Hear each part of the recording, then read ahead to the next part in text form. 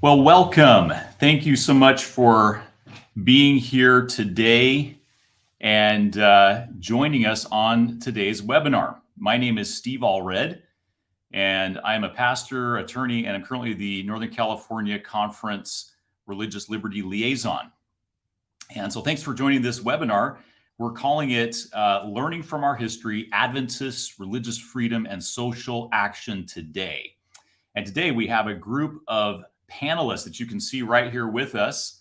And I'm going to introduce them one at a time here in just a moment. This group, by the way, has a number of diverse talents represented here. We have a pastor, we have a couple of lawyers, we have a couple of public servants, we have a teacher, and historians. I mean, we have all sorts of good things here today. And I'm looking forward to our discussion on the fascinating topics that we are looking at today.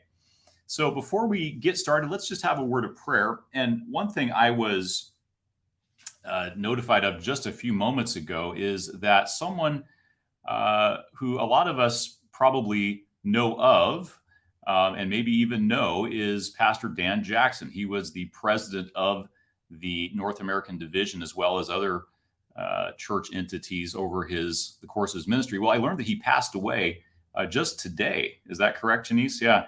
And so we want to lift his family up in prayer today and just remember them, because that's a tragic thing. He just recently retired, from his job at the North American Division. Let's begin with a word of prayer, shall we? And invite God to be here with us. Father in heaven, it's good to be here together with this group of panelists and those who are watching today. We want to just thank you for them as well. We invite the Holy Spirit to be present in our hearts and minds and in this place. Speak to all of us and give us wisdom and understanding as we grapple with these issues that our world is facing today, and show us how we can, as your church, Lord, move forward based on following you and your principles, Lord, and share your last day message with a world that needs it so much. In Jesus' name we pray. Amen. Well, let me begin by introducing our panelists. Aaron, I want to start with you. And I was going to bring you on one at a time, but I'm learning how to use this program that we're using today. So everybody showed up at once, which is great. But Aaron Brino is here with us today. I'm really happy he can be here.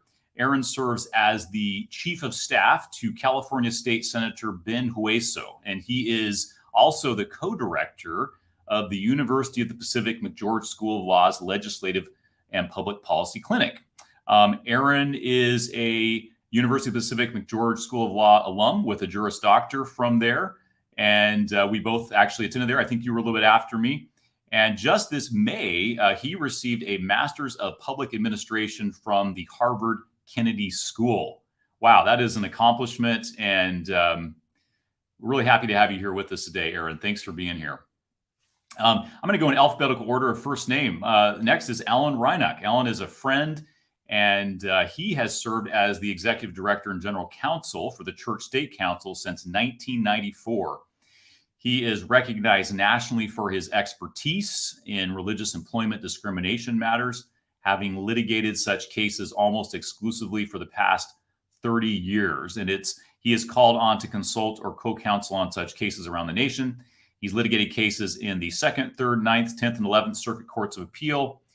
And he lectures on these topics to different groups, as well as serves as the co-chair for the American Bar Association Religious Liberty Committee, on the Legislative Committee of the California Employment Lawyers Association, and on the editorial board of Liberty, which is, by the way, is a great magazine. If you aren't subscribed, you should subscribe to Liberty Magazine. And he's the president of the North American Religious Liberty Association West. He is also a member of the California, New York bars and many federal, district, and appellate court bars as well, and United States Supreme Court bar. He graduated from the State University of New York in New Paltz, and the University of North Carolina at Chapel Hill School of Law. So, Ellen, it's good to have you here, and looking forward to hearing from you on some of the legal matters that we will be touching on today. Our next panelist with you, and sorry you had to read all of that. Hey, it's all good stuff, and man, I'm just so happy to have you here and our other panelists as well. Let me introduce Janie Prince Toy, and I met Janie, boy, about probably 3 to 6 months ago, something like that, for the first time. And as we conversed, I thought, boy, this lady has a lot of good insight and information to share. And you know, Janie, you shared with me that you grew up in the turbulent 1960s. And during that time, you developed a passion for social justice and learning our nation's history, which eventually grew into a ministry. You've been an avid collector of historical artifacts since childhood, and your collection has now amassed hundreds of historical items, and you have used them to teach history that you felt like was being left out of our school's curriculum. And so Janie has been showcasing African American history exhibits to schools and churches since 2011. She lives in Northern California with her husband, Ron. She's a mother and grandmother, and she holds a Bachelor of Arts in American History with a minor in religion from Southwestern Adventist University. Her organization is called Deep River History Exhibits. And she also has exhibits that include World War I and II, the Holocaust, and women's suffrage, and other smaller history exhibits are also available. Janie, for the last 24 years, has been a director and teacher at the preschool level, and she's also taught in homeless shelters. And some of her hobbies and passions include sharing Jesus with her grandchildren and students, reading, collecting historical artifacts, traveling, and watching history documentaries. Janie, we're really happy to have you here today, and I'm looking forward to some of the things you're going to share with us, because I know it'll be good. Thank you. Our next panelist is Janice Warden Washington. Janice is a friend, and I really appreciate the fact that she is taking the time to join us today. During the week, and it seems like, whenever I check in with Janice, she is always busy because she is a person who is in demand. She is the chief consultant for the California State Legislature at the California State Assembly Committee on Higher Education. And she holds a Master of Arts in Government and Political Science from California State University, Sacramento, and a Bachelor of Arts in History from Oakwood University. Janice, we're really happy to have you here today, and I always love your insights on these different issues, both historical as well as current event and religious liberty issues, because I know you've worked in this area for a long time. You've had a passion for it. So thanks for being here. It's a pleasure to be here. Last but not least is Matt McMurdy, also a friend. He is a pastor. And Matt, I think you're pastoring right now is it Eureka? I should have asked you beforehand. You're muted, Matt. Are you down in Napa area, Calistoga? Anyway, you're still muted. Yeah. But Calistoga, there we go. Angwin Village.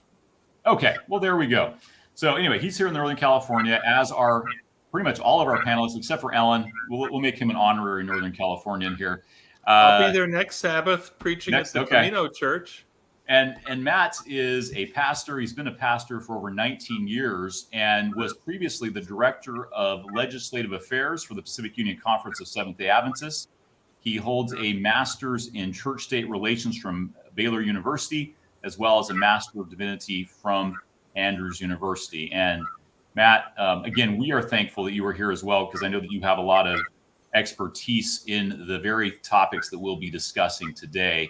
And so looking forward to hearing from you on these topics. Well, with all of that said, and again, thank you all for being here. Let me just jump right in. So our topic today, learning from our history. Adventists, we're, the group of us here, we are all Adventists. Of course, people who are watching may not be, and that is fine. We want everyone to listen in because this is for everyone. But we're going to talk kind of about some of our church history when it comes to some of these issues that we'll be discussing today. We're talking about Adventists. We're talking about religious freedom. It's a big topic in the news, it seems like, over the past, decade or more. And we're going to be talking about social action. Where is, how do we know when and how to get involved as people of faith in society? So recently, let me just set this up. And we're going to throw this first question out to Ellen to start out with. There was a video clip of an American politician, some of you may have seen, circulated online where they referred to the separation of church and state as junk. And as part of that those same public comments, the politician said the church is supposed to direct the government. And let's be honest, many American Christians probably agree with her. Maybe, some of our viewers, maybe some of you, I don't know.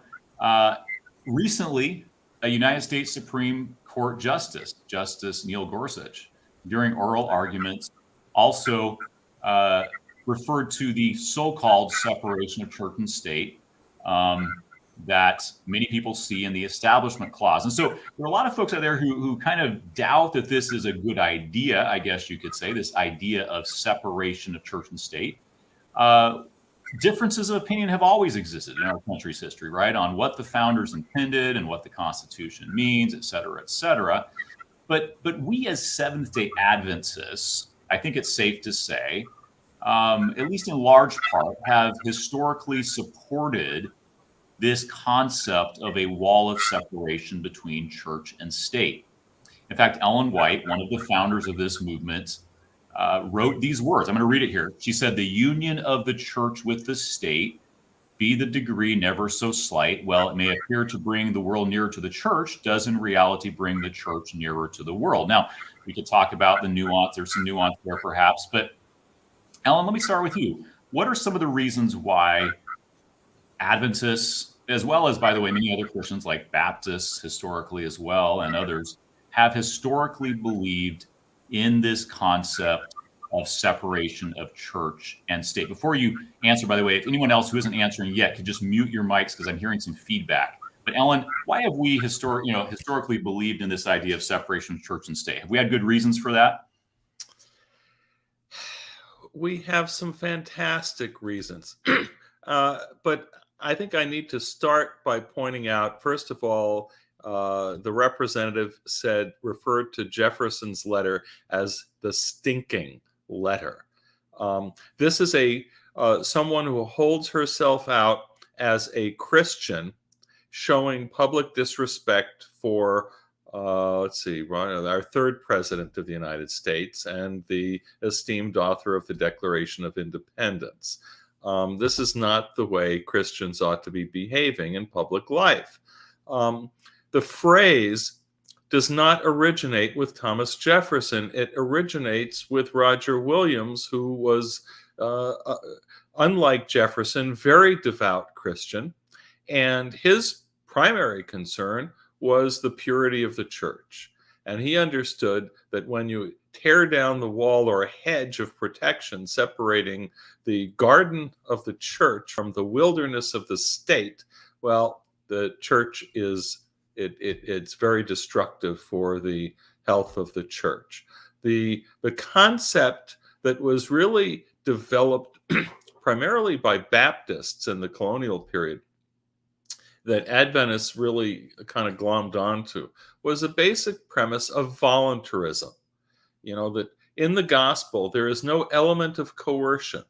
Christ is not dragging anybody kicking and screaming into the kingdom, right? If we go because we want to go. And if we don't want to go, we don't have to go.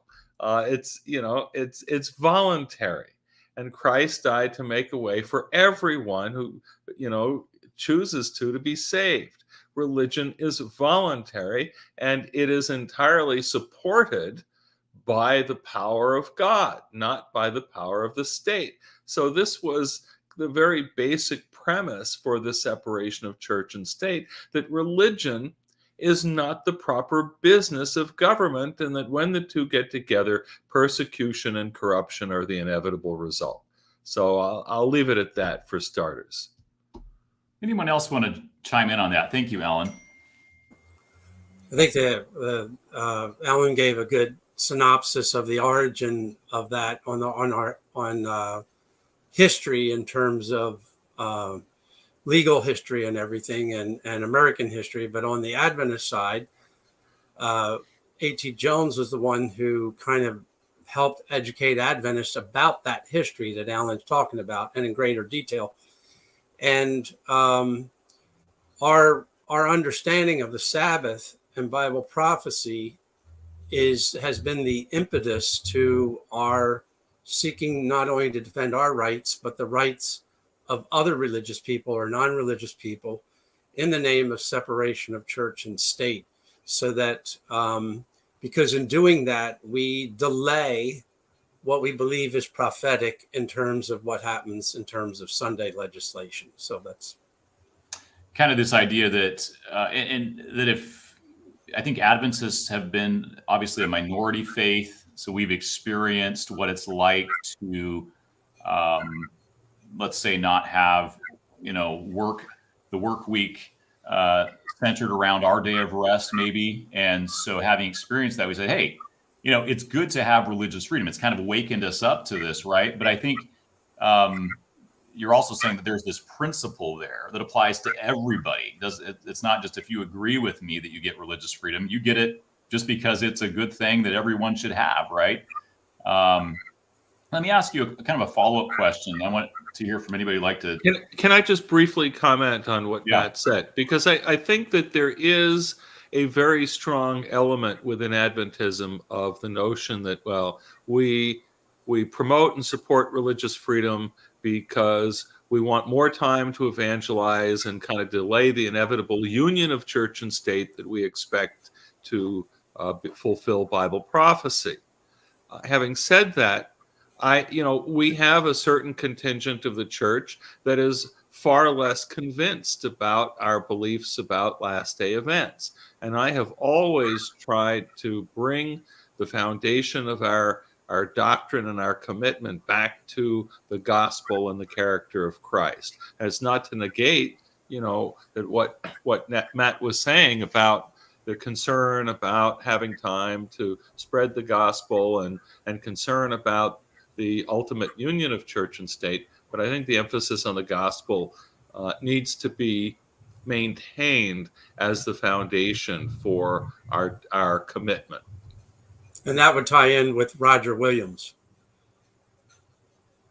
Well, and just this concept of the golden rule, which to me gets to the very essence of, the character of God, if we're going to go that route.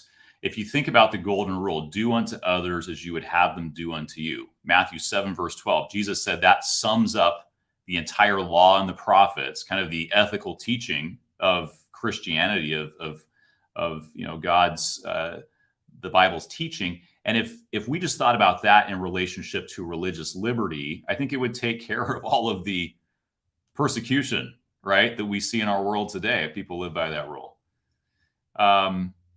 So let me ask you guys a question. Do you think, this whole idea of separation of church and state, we're seeing kind of a backlash, I think, to, a perceived, having gone too far in this particular area? Do you think that some of our, court cases that have, let's say, not allowed public officials in, a school setting to pray, or teaching Bible classes in public schools, or things of this nature, displays of religious objects in public places? Do you think some of those things have kind of created this backlash? Did we go too far with the separation of church and state idea, and now we're seeing the inevitable reaction to that? What do you all think? Nobody wants to talk about that. Well, I wanted to give somebody else a chance to weigh in here who hasn't Jump in there, Ellen. Tell us what you think. So 1962, 1963, the Supreme Court rules that for teachers to lead prayer and Bible readings in the public schools is a violation of the First Amendment's Establishment Clause. These are a form of establishment of religion. The Christian community had a choice. They could have accepted that and seen the wisdom of protecting the rights of everyone. And they could have seen it as an opportunity to redouble their efforts in terms of teaching the faith to children. Because the reality was, what the Board of Regents had done in New York is to draft a rote prayer that had very little content, that everybody said the same thing day in and day out in the classroom. And it was, in the words of Jesus, vain repetition, right? It absolutely was a violation of what Jesus taught in the Sermon on the Mount. And it was not, as Ellen White references prayer, she talked about prayer as the opening of the heart to God as to a friend. That's not what this was. So, the Christian community largely decided to attack the Supreme Court and attack all of the separation of church and state from that time, some 50, 60 years ago. And it was completely wrong-headed.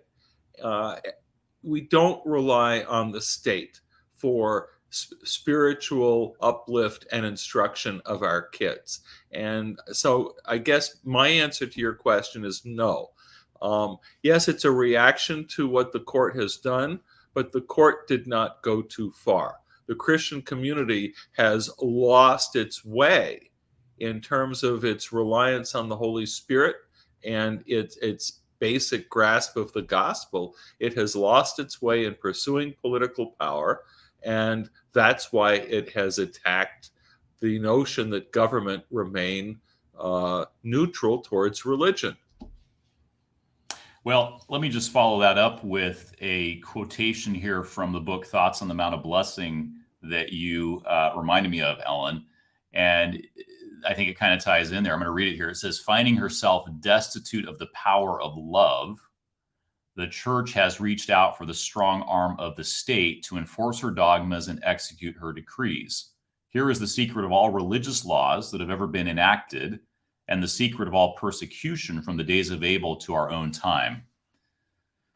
So the church is what you're saying is the church doesn't need government in order to convert people. That's not the government's role. The church ought to be able, the government's role really is to protect religious freedom, to allow people to, practice their faith freely and not to impose any kind of particular religion or religious practice on anybody in society, right? It's kind of a free market system when it comes to religion. Anybody else thoughts on that question? Then I want to jump into kind of a different follow-up topic here.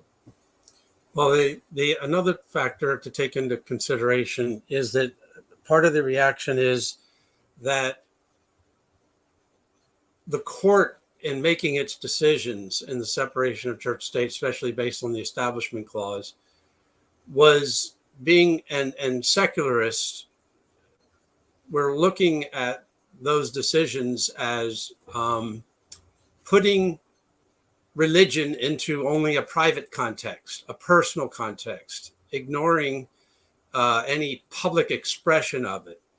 So evangelicals and other Christians since the founding had been used to religious exercises in government and everything like that, like prayer and everything. And there's a long tradition, even when public schools developed, there these, display of 10 Commandments and other things down through time. And then the states were steadily moving towards more and more separation on their own.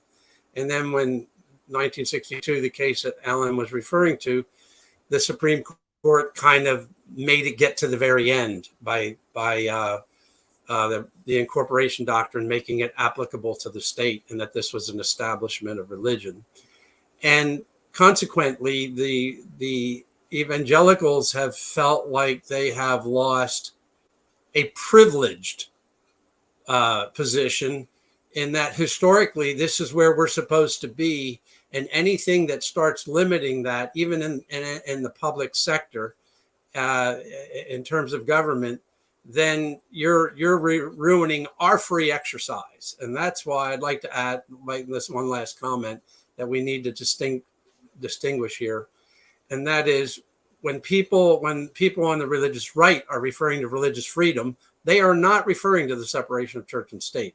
They're referring to one side of that. That is the ability of the church to influence the state and to carry out its religion as it sees fit. But Adventists fall on the separationist side, where separation is to serve religious freedom. I'm actually using Allen's things I've heard him refer to in times past. It serves religious freedom, but it also is a way of distinguishing the jurisdictions of where religion stops, government begins, and where government stops, religion begins. And as James Madison said, that line, Jefferson referred to it as a wall. Madison referred to it as a line that wasn't always distinguishable in every situation. And so we are finding ourselves in history, repeating history, because all that the religious right and the things that Allen referred to, some of the quotes there, is a repeat of what was happening in the 1890s. Looking at separation of church and state as a atheistic idea that came out of the French Revolution, and that government is a Christian nation kind of concept. All that was way back then, because all the way back to the founding, and we're just seeing these things resurface in a new face. Interesting. I heard someone recently put it this way. They said, when you're accustomed to privilege, equality feels like oppression. Yes. And I'm wondering if, what we hear today about this, we're not having religious freedom or whatever, some of that seems to be coming from that perspective. I want to get into a little bit later, and Matt, I'm going to ask you about this in a little bit, kind of about, what about some of the, issues like some of the sexual norms that we see today that are very different than they were 50, 100 years ago. Some of these moral issues that a lot of Christians are concerned about. How do we navigate that when some of those seem to be imposed, perhaps, in the public school setting on our kids or whatever it may be? So we can talk a little bit about that. I want to shift a little bit, though, now and talk about, so we believe in this idea of separation of church and state, at least historically we have as Adventists. I'm not sure, again, as I think Alan may have brought up, how many of our church members, nowadays actually believe in that. I don't know. But that doesn't mean just because we're saying that we affirm this principle of separation of church and state, like Abraham Joshua Heschel, the esteemed Jewish rabbi, put it. He said, we affirm the principle of separation of church and state, but we reject the separation of religion and the human situation. Meaning, we as people of faith still need to get involved in our society, don't we? And so, Janice, I want to ask you a question. Dr. Martin Luther King Jr. Once said that any religion that professes to be concerned about the souls of men and is not concerned about the slums that damn them, the economic conditions that strangle them, and the social conditions that cripple them, is a spiritually moribund religion awaiting burial. So, Janice, while sharing the gospel, the everlasting gospel, is the church's primary mission, what are some other ways that we can make the world a better place while we're here? And I argue, share the gospel at the same time. And what is the church's role in advocating for social justice and public morality, while remembering this principle of separation of church and state? That's a big question, but get us started out on that. Absolutely. And thank you for bringing in that very poignant quote from Dr. Martin Luther King, very timely. And, I would say before I answer the question, I think it's also important for us to understand that we as Seventh-day Adventist Christians cannot even begin to engage in making the world a better place if we individually are not striving daily to be as Christ would have us. And it's of utmost importance that we seek God's face daily and pray daily for the outpouring of the Holy Spirit upon our lives. Because when we are convicted and we are filled with the Holy Spirit, that allows us to truly be that light, and then go ye therefore. And so we also have to study his word daily and pay attention to the current events that are taking place. Because as we do that, we will be relevant. And I think sometimes it's hard because as Seventh-day Adventist Christians, and specifically I'm picking on us as Seventh-day Adventists, I don't think we're always relevant. I don't think we always pay attention to what's going on. And then we have the nerve to complain when something is going awry and we weren't even present to begin with. And we all have spheres of influence. And so as we develop and cultivate those relationships, it also will allow us to open doors that otherwise may never have been opened.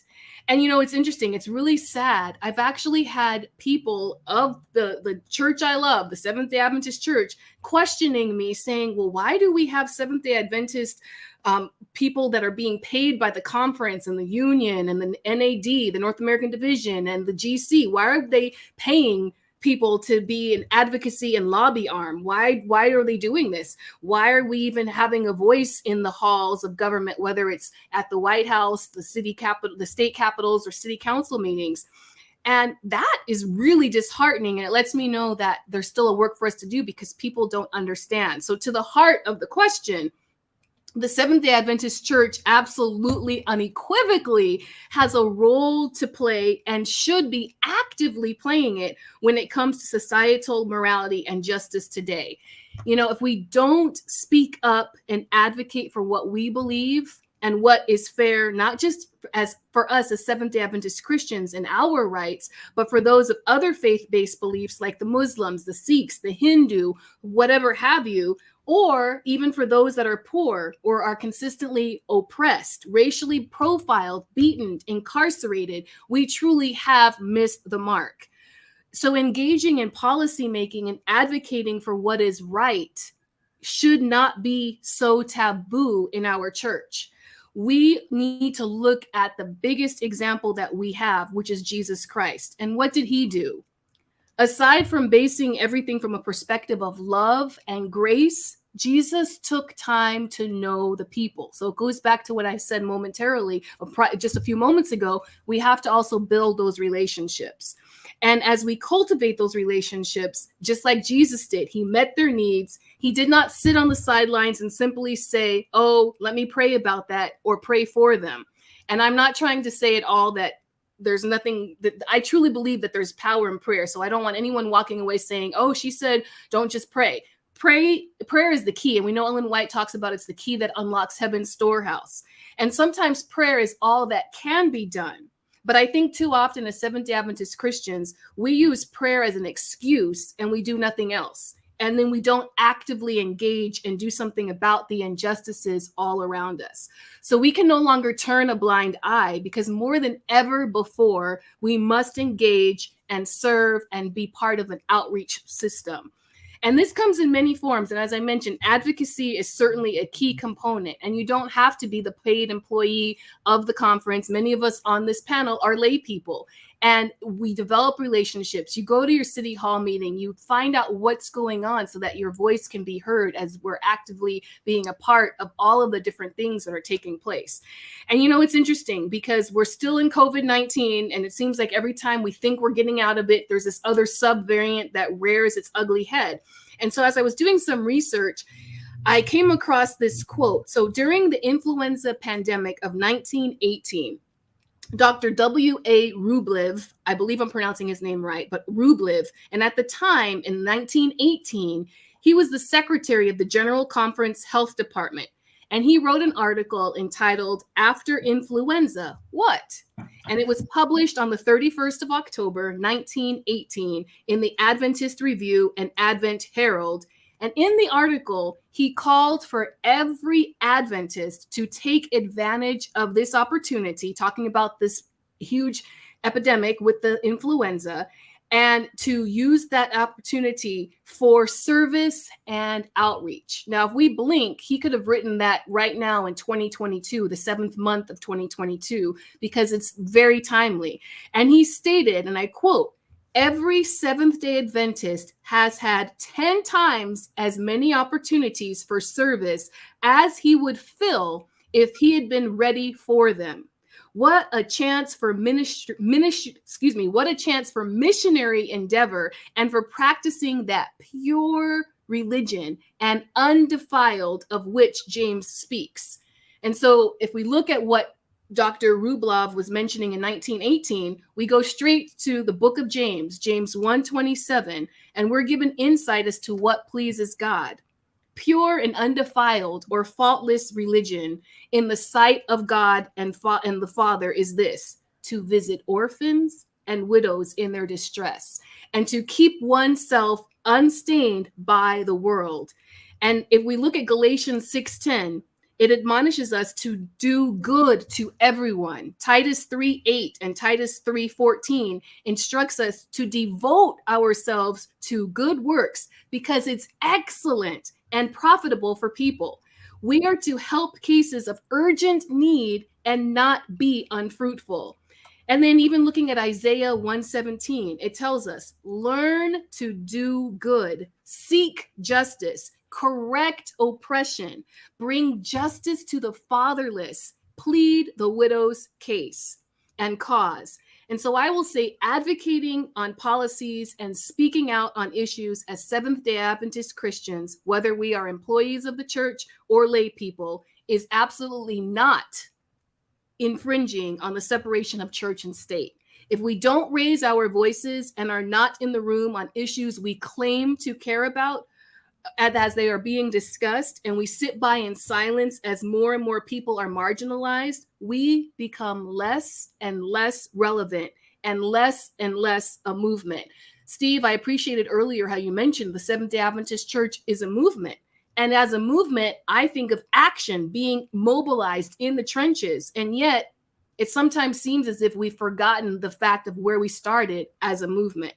And if we want to remain focused on the foundations of being a movement, and I would argue we should at its core, then we need to be able to advocate. We need to speak. We need to use our voices. We need to engage. And it's not in an infringement of church and state separation. Well, those are good thoughts, Janice. Let me ask you this, Janice. Would you frame it like this? The early Adventists didn't seek political power, but they did speak up, and they spoke truth to power by their voice and their vote, right? Is that a good way to kind of understand this? I think I see a tension here between, the separation of church and state, which a lot of people interpret as stay out of politics altogether. And yes, that is part of the message, because the church itself shouldn't use, the coercive power of the state to try to enforce its dogmas and decrees, right? But at the same time, that doesn't mean we should not be involved in seeking to advance truth and goodness and love and righteousness in our society. Is that accurate? Absolutely, Steve. And I don't have the exact reference in my head, but Ellen White even went as far as during the time of the suffragette movement and women's rights, and even from that period of time and a little bit before that, she went as far as saying that if it came down to matters of the conscience, matters that would really upend or bring peril and devastation to people, that even if an election took place on a Sabbath, that Seventh-day Adventist Christians should show up and vote for those propositions, because that was part of their duty. And of course, I'm paraphrasing, but that was part of their duty, because that was also expressing their voice. And so that was Ellen G. White, the great, prophetess, if you will, of the Lord. And we know she was godly directed. And so absolutely, there is that delicate balance. But by being involved in policy making, by working with legislators, by working with city council members, and whoever the people are that have powers of the power to influence laws and propositions, by Seventh-day Adventist Christians getting involved in those conversations and being at the table, we're not infringing on that separation. We are just being relevant and able to be part of that conversation. And, God already knows what the outcome is. And in his infinite wisdom, we know in Revelation and Daniel and that what the outcome will be. But while we're waiting, I truly believe we have a responsibility to be involved, be in that room, and help with some of these different situations that are taking place, whether it's through policies or, as I mentioned earlier, whether it's through the oppression of people, whether it's through just so much that's happening, and whether with everything that's going on with Russia and Ukraine. When Ukraine refugees are coming in, I know many of them are coming to the Sacramento region and the Northern California. we can be involved. There's something that we can do there too. And that's also part of being engaged and being part of this sphere of influence and letting our voices be heard as we develop and cultivate those relationships. Does anyone Steve, else? Ellen? Can I jump in here for a sec? Because, Sure. it strikes me that many of us have a negative view of those serving in government. We have two individuals on this panel who have been serving in government for some time as staffers. And I'd really like to, I'll just preface this by saying our own approach from our department, from the Religious Liberty Department, is to approach elected officials not from the standpoint of asking them to do something for us, but asking how we can assist them in serving the community. It's a complete 180-degree turn on the common way that constituents relate to their elected officials. But I'd really like to hear from Aaron and from Janice their view about serving in government and how we as a church can best relate to our elected officials and how that can benefit our ability as a church to serve in our communities. Is that fair, Steve? I'd like to hear that too. I think Aaron had his hand up to talk about what we were just talking about, and then at some point I want to hear more about that. Aaron, what were you wanting to say? I was just going to build off what Janice had mentioned a second ago. Prior to the pandemic, I had the opportunity to present in Stockton's urban camp meeting, and I presented on the topic, the role of the church in the community. And going back to some of the notes that I had from that discussion, during that conversation, I highlighted, that Ellen White mentions Christ's method alone will give true success in reaching people. The Savior mingled with men as one who desired their good. He showed his sympathy for them, ministered to their needs, and then won their confidence. Then he eventually said, "Follow me." I think, it's very telling that she says Christ's method alone, underlined, right, will bring true success in the gospel ministry. And that really should be incumbent upon us as Adventists to see how we can partner not only with our community just generally, but also with elected officials, government officials, organizations who are doing good, so that we can become relevant. I think Janice said it best. At times we are outside of these discussions because we're so insulated as a community, when in fact we need to be going out strategically and meaningfully to see how we can inject ourselves in our communities in a meaningful and relevant way. So this is really interesting. Now, let me ask you guys this. How do you see this as being different from what the religious right is doing? You know what I'm saying? Like, are we saying that we want Adventists to become more like them because they're involved in their governments? How would you differentiate between what you're talking about and what we see there? Yeah, again, I think it's just going back to the words of Ellen White and looking at, Christ's method. It was to seek the good. She said that the Savior mingled with men as one who desired their good. He showed sympathy to them, ministered to their needs. And I think that's where the big contrast is. In lieu of seeking power, which I think the religious right is really, really focused on. At the outset of this conversation, we spoke, we mentioned some comments by a U.S. Congress member who was speaking to a church, a mega church at that, and was saying she did not believe in this thing called, separation of church and state, obviously vying for power as opposed to actively seeking the good of the most underserved in our community. There was a really phenomenal HBO special that was done on a friend of mine, then Mayor Tubbs of Stockton, California. And in that special, in behind him in his mayor's office, he had the scripture that Janice had alluded to written on the wall as a testament to the work he should be doing as a public servant. And again, that said, do justice to the poor, seek to uplift those, uplift those that are depressed. Specifically, it was Isaiah 1:17, which I think Janice had mentioned. Learn to do well, seek judgment, relieve the oppressed, judge the fatherless, plead for the widow. I think that's really important as a public servant myself. That is the whole purpose of why I'm in government, to help the most vulnerable in our society. And I think that's important as Adventists, that should be foremost, something that we're always seeking to do. Whatever community we're in, we really should be seeking to improve and change that community from within, as opposed to dictating, some sort of narrative. So it's you're saying that as people of faith, you see the Bible teaching that we ought to be trying to make society better, but not doing it from a point of seeking political power to impose our views on others necessarily. By the way, I want to just welcome in Pastor Jose Marin. Let me see if I can get Pastor Jose. How are you, Pastor Marin? I'm not sure if I think you're muted, Pastor. So you might need to unmute yourself. There we go. We can hear you. Oh, yeah. And good afternoon. Sorry we're late. I'm trying to establish connection, but finally was able to get a spot here. So I'm in my car. That's okay. And just so everyone knows, Pastor Marin, as well as actually Pastor McMurdy, are both up at Redwood Camp Meeting, I believe, right? Yes. And that's up in the very northernmost part of California on the coast, and internet access there is very limited. So we're really happy you're here. And Thank you. We want to hear your input as well.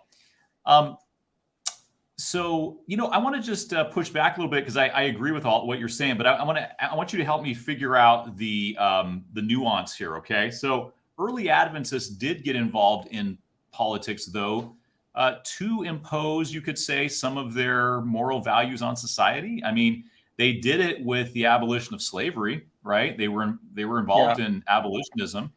They also did it with the prohibition movement, the temperance movement, to prohibit alcohol. That's a pretty invasive form of morality, if you ask me, going around telling people what they can and can't drink. How do we apply some of that today? I don't know if we're going to answer that today, but Janie, I want to ask you a question.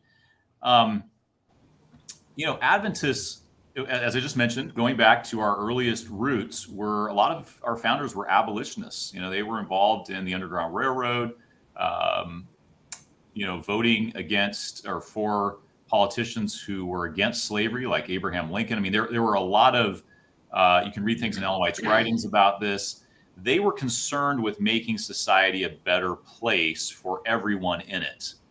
They were not interested, I think that here's what I see as the difference. They were not interested in imposing their religion on anybody else, though. And they didn't think anyone should do that. But they were interested in making society just generally a better place, right? So they're like, hey, let's get rid of slavery.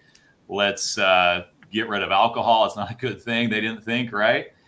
So what are some areas where we as a church and as a people, Janie, have succeeded or failed at advocating for social justice in our history and even today?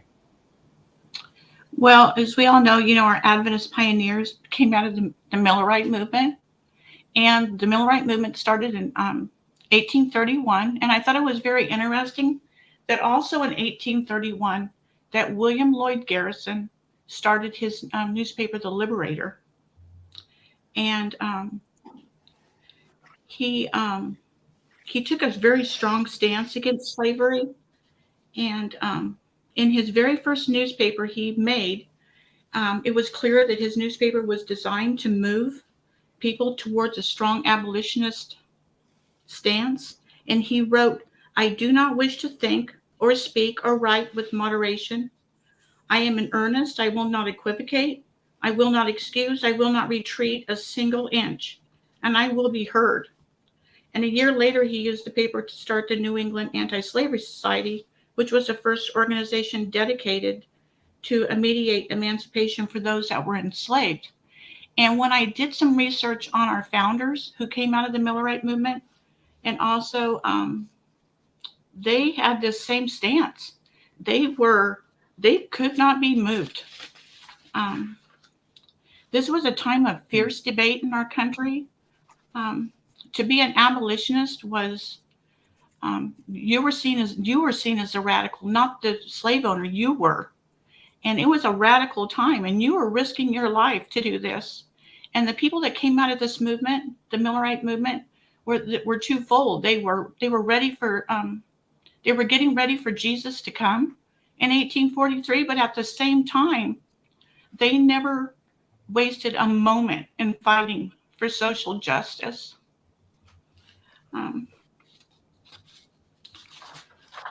Some of the people that took part in this were John West, formerly a slave. He became a Christian. He ministered in the 50s and 60s, and he also was an abolitionist in slavery. He came out of the Methodist Episcopal Church, and he became friends with Garrett Smith, who was actually also part of the Millerite movement. And actually, Garrett Smith actually ran for president in 1848 under the Liberty Party. They were, their peers were Sojourner Truth, Harriet Tubman, Frederick Douglass, John Brown. Elizabeth Cady was a first cousin to Garrett Smith, William Lloyd Garrison, Susan B. Anthony. They all denounced the evils of slavery. Garrett Smith was a Sabbatarian also. He was committed to social justice and for ending slavery and for temperance. He gave 40 acres to freed African Americans in the North just so they would have meet voting requirements. And he was a very close associate with Garrison and Frederick Douglass. Joshua Himes, William Miller's closest associate, well known to Garrison, said this about Himes. At a very early period, avowed himself an abolitionist and has been a faithful supporter of the anti-slavery movement, never ashamed to show his colors, never faltering in the darkest hour of its history. And that I see that same stance and that same passion from all of our founders.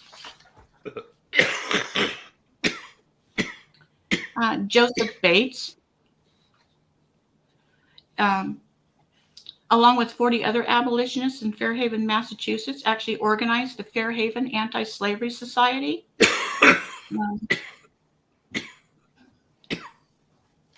And he called for the immediate and total abolition of slavery. His wife, Prudence,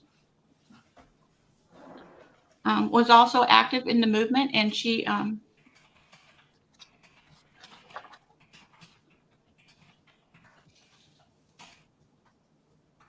Prudence actually,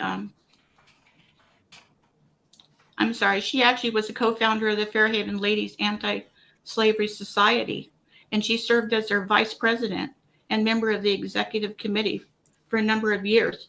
Joseph Bates, along with, was actually one of the first ones to go to the South and to try and evangelize the enslaved and the slave owners in the South.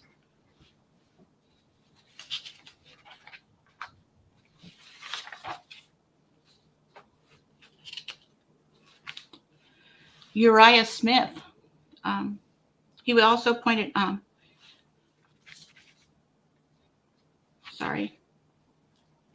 he also spoke out against racism and the evils of slavery, and he called it out that it wasn't just about slavery. This was about racism and how people treated each other, including Christians. And he called Christians out, and he said, the free and enslaved people of color have suffered and are suffering grievous wrongs at the hands of white inhabitants, at the hands of the church, and who minister at God's altar.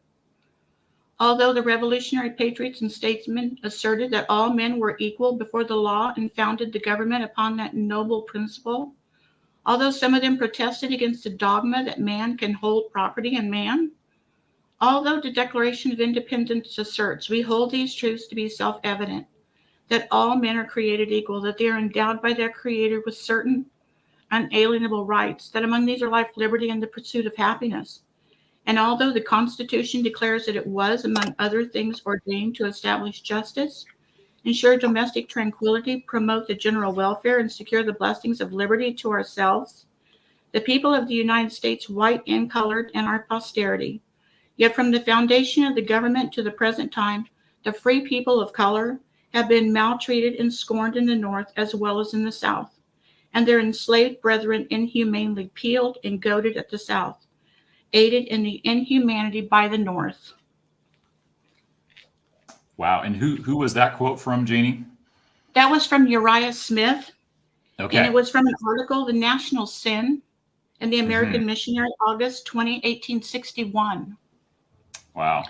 Where he was calling out the North as well as the South Mm-hmm. for the racism that they were showing African-American people. So you're painting the picture that our founders were deeply involved in this area of abolitionism and in talking about racism too, not just slavery. And that's, I think, significant. It gives us some reason to believe that they thought those issues mattered. And you hear sometimes today this idea of just focus on the gospel, don't talk about social issues, right? And yet there is a place, it seems like, at least our founders thought there was a place to deal with these issues that people in society were struggling with. Jenny, let me follow up with a quotation here that I'm sure you're familiar with. This was written by, again, Ellen G. White, quoting from her a couple times today. She says, the standard of the golden rule is the true standard of Christianity, a religion that leads people to place a low estimate upon human beings whom Christ has esteemed of such value as to give himself for them. A religion, this really hits me, that would lead us to be careless of human needs, sufferings, or rights is a spurious or false religion. So that you're painting that picture, and she definitely agreed with what I think you're saying. Any other thoughts on that? Like how do you think we've done since the founders? Have we stayed with that perspective? Let's say into the 20th century and now and into the 21st century. After the Fugitive Slave Act of 1850, I would just want to stay there just for a moment. They worked on the Underground Railroad to help, the enslaved people escape to Canada and helped them with that and to gain their freedom. But I see that after the Civil War and when we moved into Reconstruction was probably one of the most violent times in our American history. Yeah. And I think that the African American people and the freed men and women were, they weren't seen as valuable property anymore, and their lives became more in danger after they became free in a lot of ways. And with the church, I didn't really find too much as far as advocating for them. And the thousands and thousands upon people, of average of 3 people a day were lynched in this country between Reconstruction in 1960 or the early 50s. And I didn't really see too much about anyone advocating for that or to try and stop that. I see the church accommodating segregation. I don't see too many they thought of it as a separation of church and state, to not go there and to fight for social justice for our brothers and sisters. And you even see it when we went through the civil rights movement, that the church was still holding back and not doing anything. And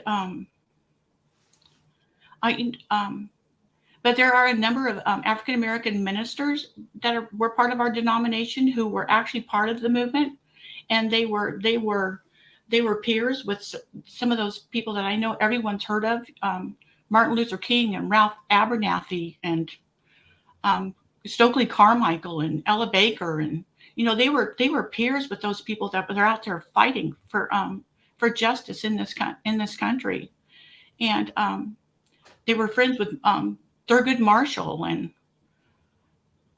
there were people out there doing it, but you just don't really hear about it too much in the church. And one of the things that bothered me a lot was how many denominations actually, after the 1954 Brown versus the Board of Education case to desegregate schools, our schools in the Adventist Church did not integrate for 11 years until after the Attorney General of the United States called the conference president and said, "Why have so many denominations integrated and you have not?" Mm. And that really bothered me. And that was 1965. And that was a year after President Johnson signed the Civil Rights Act. So I still see that there were many in our denomination that, like Uriah Smith talked about, that it wasn't just it was racism.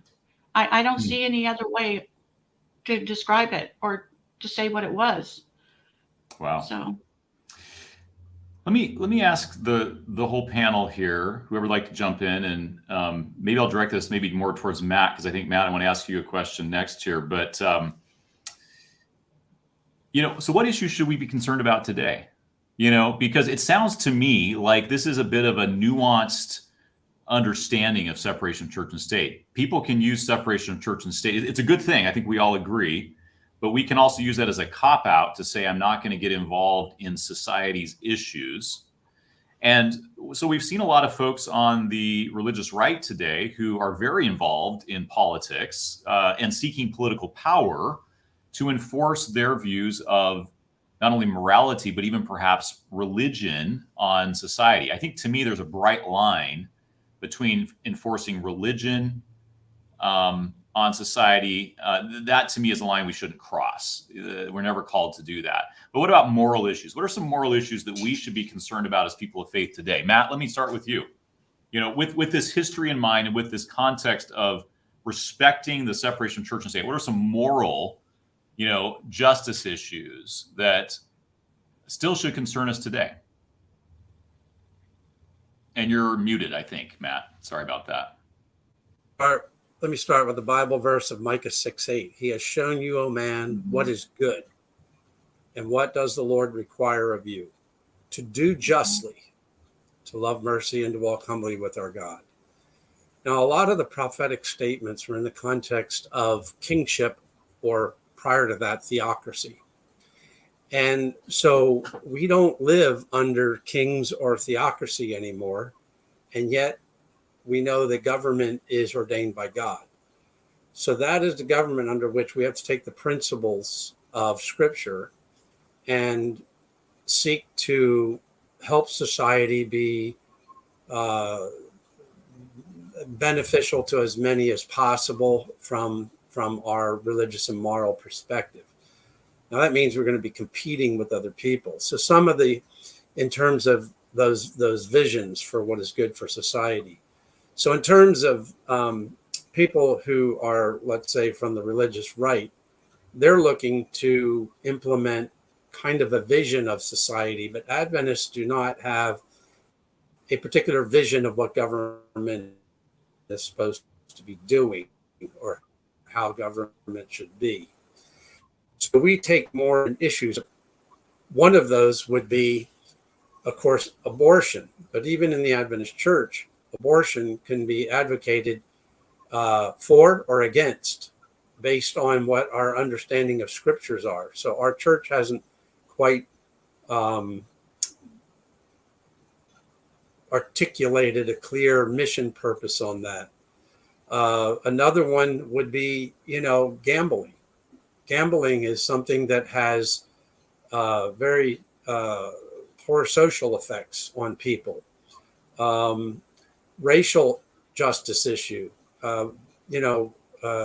Janice was talking about slavery, and I picked up on that, the issue of racism. Slavery in its root is racist. And therefore we have to look at situations that in society where, is government policy supporting racism in some sort? Because you don't need slavery to be involved. What you need is racism, because racism leads to slavery, and racism, wherever it's manifested, is the early principles of slavery. So I'll leave it to the others. I'm just trying to list a few of them. There's the issue of temperance that we historically have done, but we don't do as much now. Okay. I think I saw Aaron first and then Janice. Aaron. Yeah, I will just sort of reference back when I was able to present it, at the Stockton Urban Camp meeting. One thing that I had mentioned for some of the pastors and laymen that were there, that as there are a lot of big picture items that we can look at, but there are also some local issues. And as we say in politics, all issues are local. So if you have a local church, the best thing you can work to do is identify the needs of that community. And obviously, this nation's a great, diverse nation. Different communities have different specific problems. And if you look throughout even California, California's an incredibly diverse state, that there are unique issues that impact different regions of the state. So the senator I work for, we represent the entire California and Mexico border region.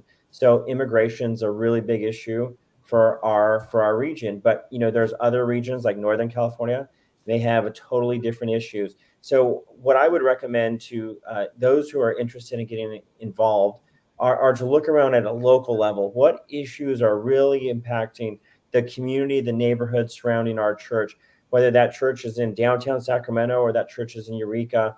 There are a whole host of issues that will be unique to that community. And that's something that from my perspective, anytime I've spoken on the topic about how can Adventists or how can Christians generally get more engaged, it is first by looking at your community and the needs of that community. I like that. I like that a lot. Janice, I want to hear from you. Can I throw a quote out there real quick? Because what you guys are saying, Matt, you mentioned we live in a diverse society with lots of different views. We are just one of many voices sharing our viewpoint on what society should look like. And one of our former presidents put it this way. He said, "My faith shapes my values, but applying those values to policymaking must be done with principles that are accessible to all people, religious or not. Even so, those who enter the public square are not required to leave their beliefs at the door." Do you guys agree with that? Is that a good way to articulate it? Janice, what were you going to say? I really appreciate this discussion. And, I think one of the ways, and I appreciate, Aaron, what you said. I agree with you that we need to look at the local level. I think sometimes maybe some Christians who want to be involved, or Seventh-day Adventists in particular who want to be involved, sometimes they might feel overwhelmed. Where do I begin? I don't know anyone on the Hill. I don't know anyone in Sacramento. But starting locally makes a lot of sense. But some of these issues where I think we can use our voices, and be involved. Something called redistricting. Redistricting has just taken place, happens every 10 years. It affects every level of government, from local city council districts all the way up to the congressional districts. And this particular redistricting, where we will see it when you voted in June, hopefully you voted, and then you'll vote in November, we saw this huge shift. And I kept wondering what happened here that we saw this shift, where some that were able to get themselves on some of these, redistricting panels and committees, where I think they really pushed their philosophy. And now what we've seen a shift. So districts that historically you had maybe representation with people of color, they've kind of gotten forced out of that. They've pitted, different legislators and city council members against each other and opened up doors for maybe other unknowns to get in who may already also have an agenda. So I think that's definitely something to look to in the future, because they ask for, it's 100 plus that make up some of these commissions for redistricting. And there was this whole application process. How many of us were involved in that or even knew about it? So I think that's something we really should pay attention to. Substance abuse, that's affecting even people in our own congregations. And I think there's a room there, especially when we profess to know the health message. How can we help them there? Also, human trafficking. We are consistently hearing about people being human trafficked, and that's a huge epidemic. We live in regions in California that have these high numbers of women, and oftentimes it's women of color and young women of color who are getting with the human trafficking. And then also job training, civic engagement. And civic engagement, I don't mean, oh my goodness, force people to vote one way or the other. More so helping people to understand what their yes vote means versus what their no vote means. And there are ways to do that. I've been privileged to do what I call like cheat sheets for different times when we're having all of these huge amounts of propositions on our ballots. And what I simply do, I never tell people which way to vote, but I really take the time to read the legalese. And then I say, okay, this is what it's seeking to do. And a yes vote means this, a no vote means that. I think if more of us were even doing that, that would help people to feel like they could be engaged because now they're informed. Neat. Well, those are some really practical suggestions, Janice, and Aaron, you as well. Both of you have shared there. I appreciate that. All right. So I'd like to add one other thing to this, and that is on the practical end. There are, many issues in which people can be advocates for in society and in relationship to government.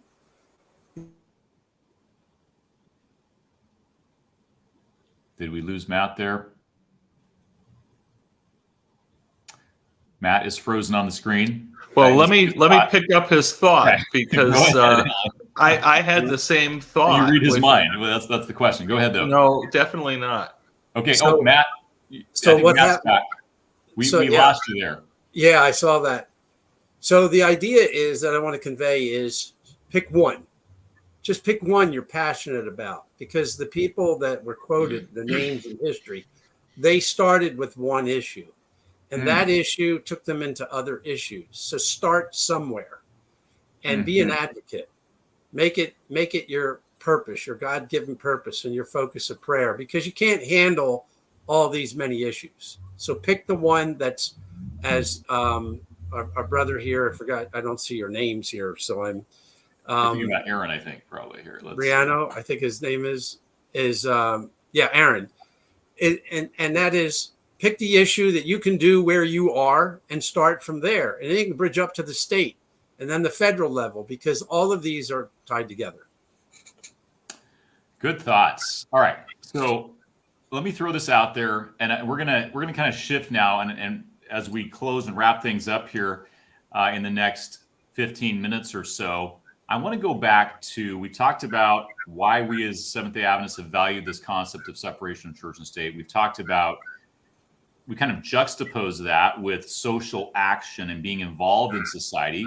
Believing in separation of church and state, we've I think come to, it does not preclude us from being involved in society. In fact, we as people of faith ought to be involved as a voice of truth and hope and love and justice in our society. Matt, let me ask you this. I had this to ask you. It seems like America has become progressively more secular and less religious over the past decades. Now, actually, Alan, I want to ask you this too. Because of this, many religious people are concerned about issues like, sexual morality, and you mentioned the abortion issue. Do you share the concerns of those who fear that, our secular governments might impose some of these things upon religious institutions in a way that would require them to violate their beliefs? And is that a religious liberty issue that we as Adventists ought to be concerned about right now? And maybe, Alan, let me actually start with you, Alan, and then anybody else. Well, yes. The number one conflict is between gay rights and religious liberty. And there are areas where that could very much come to infringe on the freedoms, for example, of our colleges and universities. So, the challenge is there. Now, despite that, many of our church members may be surprised to learn that the General Conference, not known for being liberal, I might add, has signed on as a sponsor of a bill called Fairness for All, which would, in Congress, produce a package of protections both for LGBT rights and for religious freedom.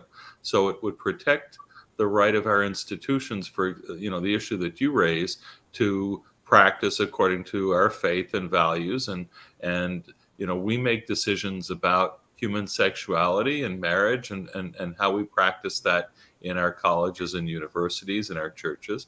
But at the same time, it recognizes that civil government has an obligation to provide for all citizens, and that all of us are free to live according to our own values, our own beliefs, our own identity, and that should include the gay community.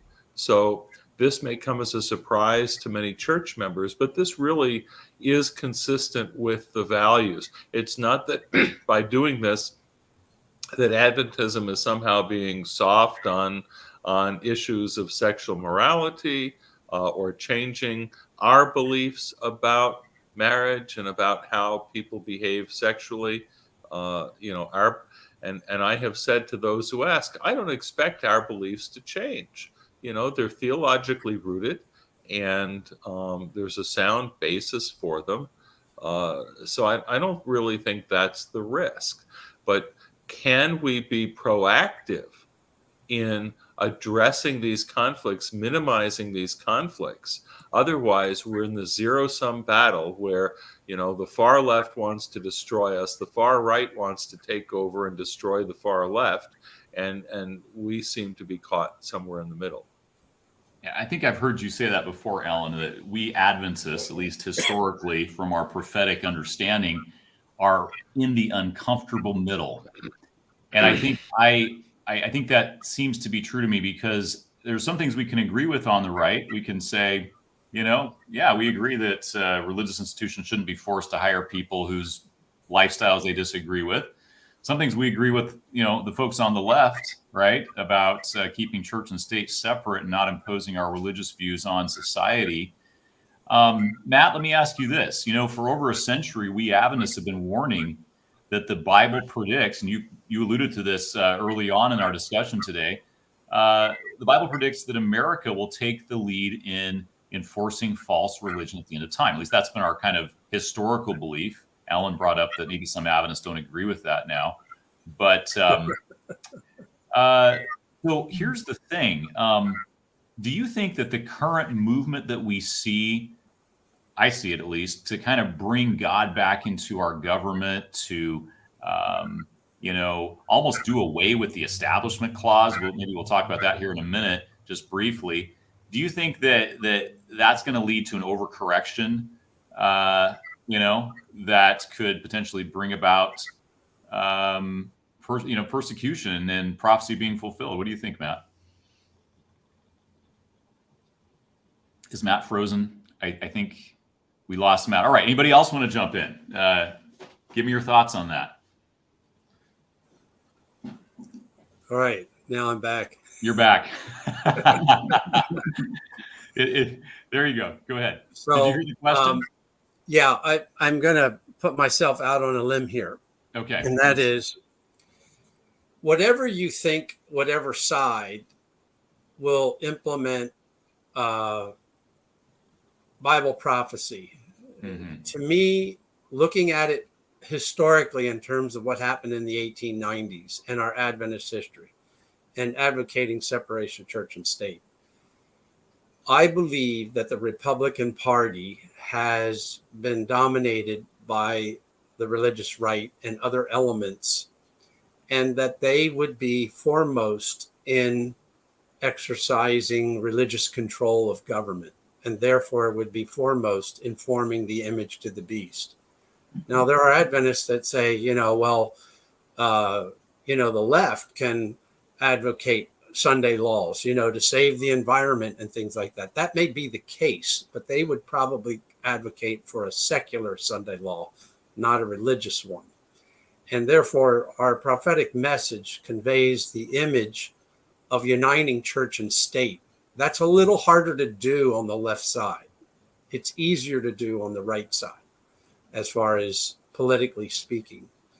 And so where I see the right and the left playing a role, because I have friends who are adamant, they refer to Democrats as Democrats. And I've got people on the left referring to Republicans in, very negative terms and everything. And I'm neither registered Republican or Democrat, even though I've been registered Republican for most of my life until 2 years ago. And that is, we all need to realize that in our prophetic message, there's a part of our message that we don't grasp yet. And that's the part where the 10 horns burn the harlot with fire. Our understanding of those 7 heads and Revelation 17, we have not grasped that yet.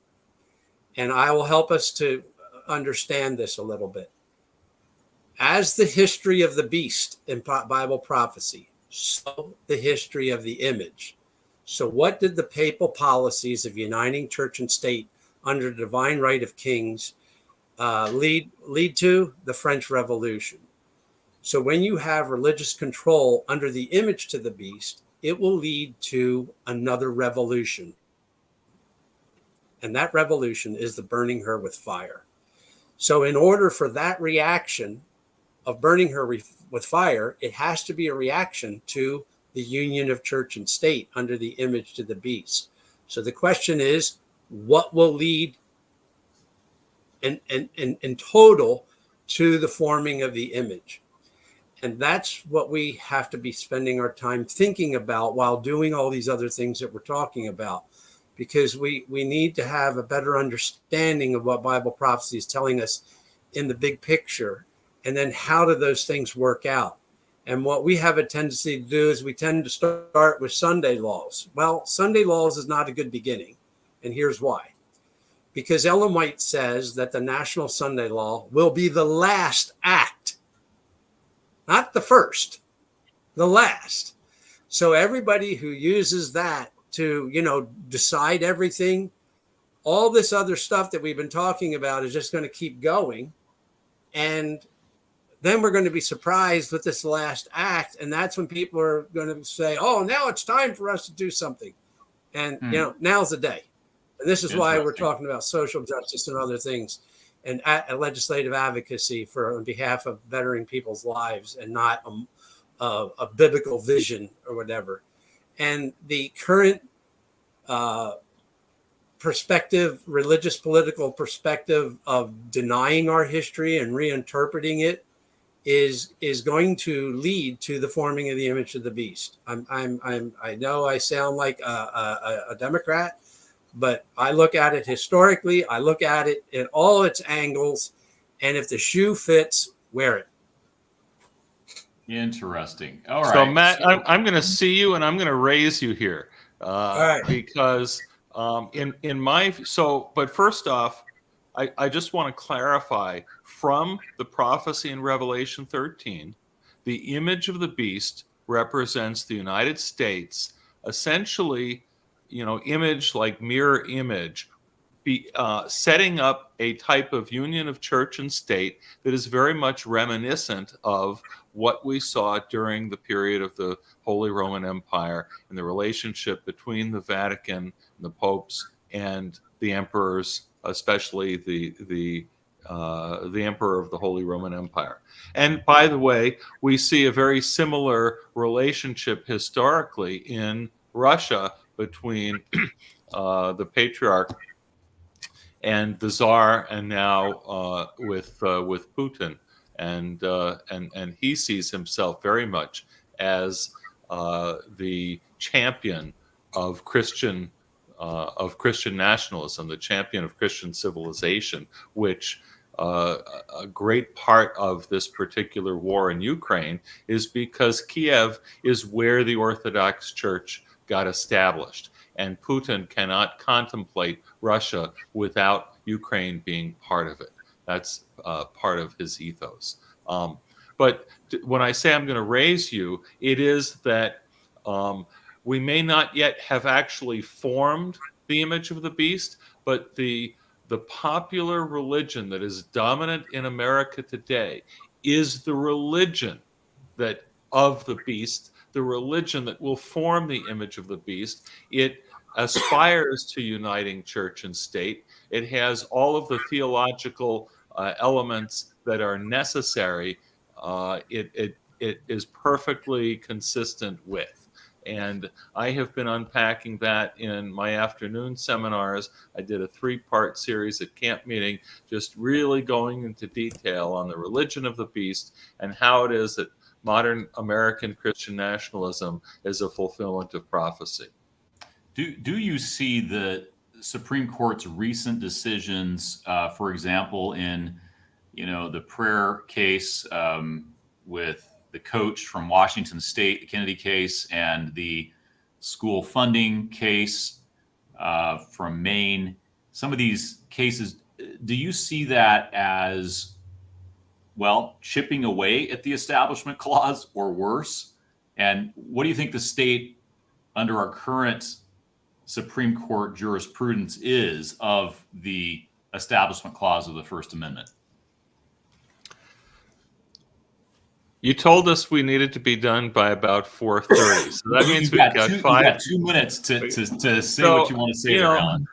I'm going to give the view from 60,000 feet, which, from where I sit, the wall of separation has now become mostly a pile of rubble. There's very little of an obstacle left. Okay, the notion that public officials cannot use religion publicly in a coercive manner, that's out the door. If there was no coercion found in the way Coach Kennedy was relating to his subordinates, his students there, then the court is not likely to find coercion anywhere else.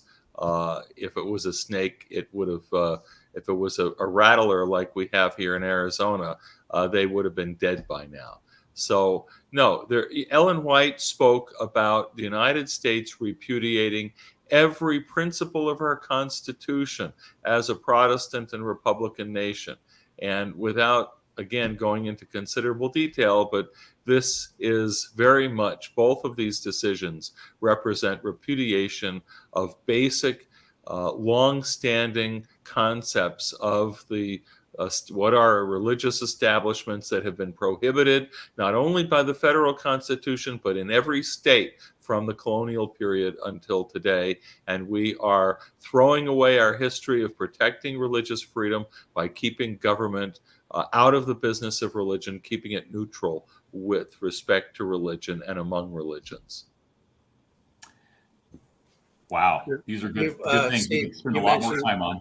Go ahead, Matt. Steve, you mentioned the 3 court cases that were just decided here at the end of the last term here, and that is the Carson case, funding of religious schools. That I consider status quo Supreme Court ruling. It's in harmony with previous decisions in terms of funding under exceptional, state funding under exceptional situations, and cannot be anti-discriminatory against religion. The Dobbs case on abortion, though controversial, what it does is it turns us back to pre-1973. The problem with that decision is the larger picture in which it came about, and we've been discussing the larger picture of that. And the Kennedy case, the prayer is the most problematic. That is one I see directly chipping against the Establishment Clause. And that's the case of the coach, the football coach, praying out in the middle of the football field after a game. And for our viewers who may not be familiar with some of these terms, like the Establishment Clause, et cetera, break that down just really quick for us, Matt. Tell us about the First Amendment, the 2 clauses there that deal with religion. Congress shall make no law respecting establishment of religion or prohibiting the free exercise thereof. And so the establishment of religion is called the Establishment Clause, and the free exercise thereof is called the Free Exercise Clause. The religious right wants to emphasize a free exercise over establishment, and the secularists want to emphasize establishment over free exercise. And so it seems like now the religious right and their views on these various legal issues are winning, or they're gaining momentum. Aaron, I want to finish with you and just kind of take us back. Yes, and that's. Go ahead, Matt.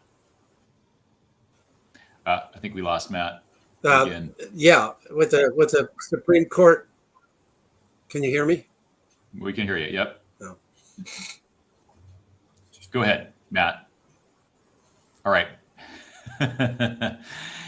Internet connection can be fun.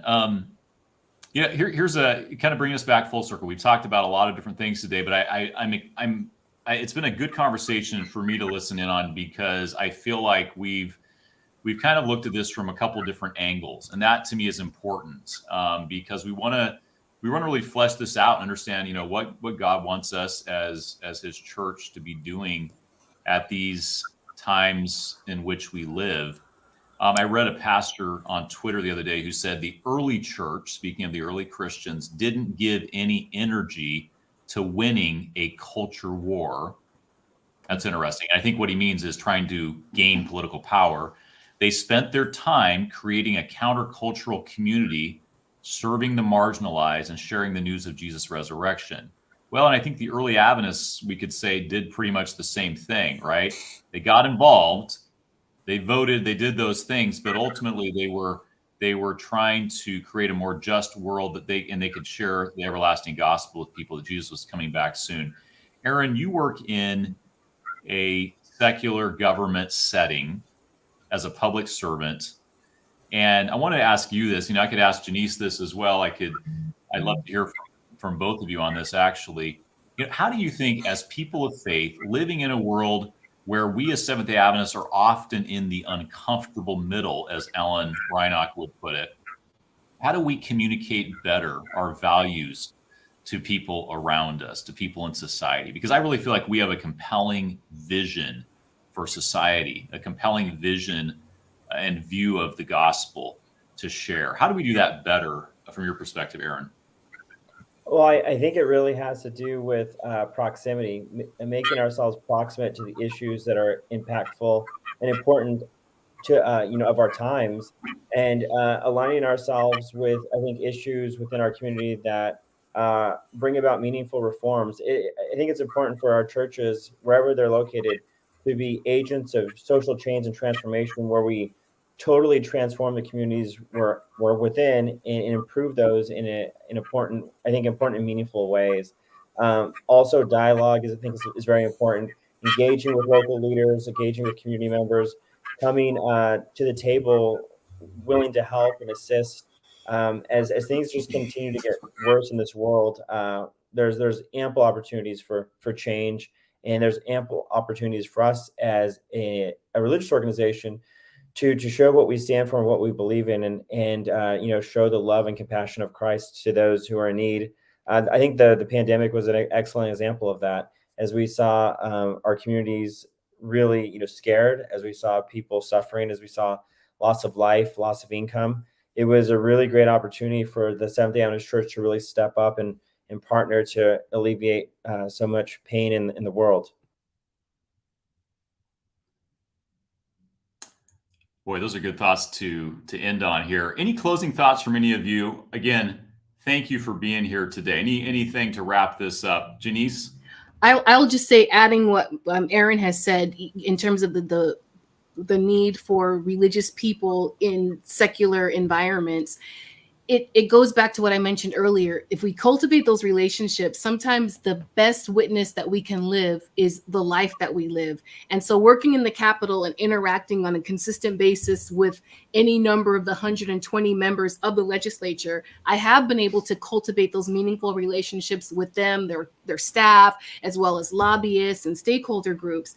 And some of them, I've never spoken about my belief system and my faith, yet, true story, some of them, when they were in the need of something, they called me asking for prayer.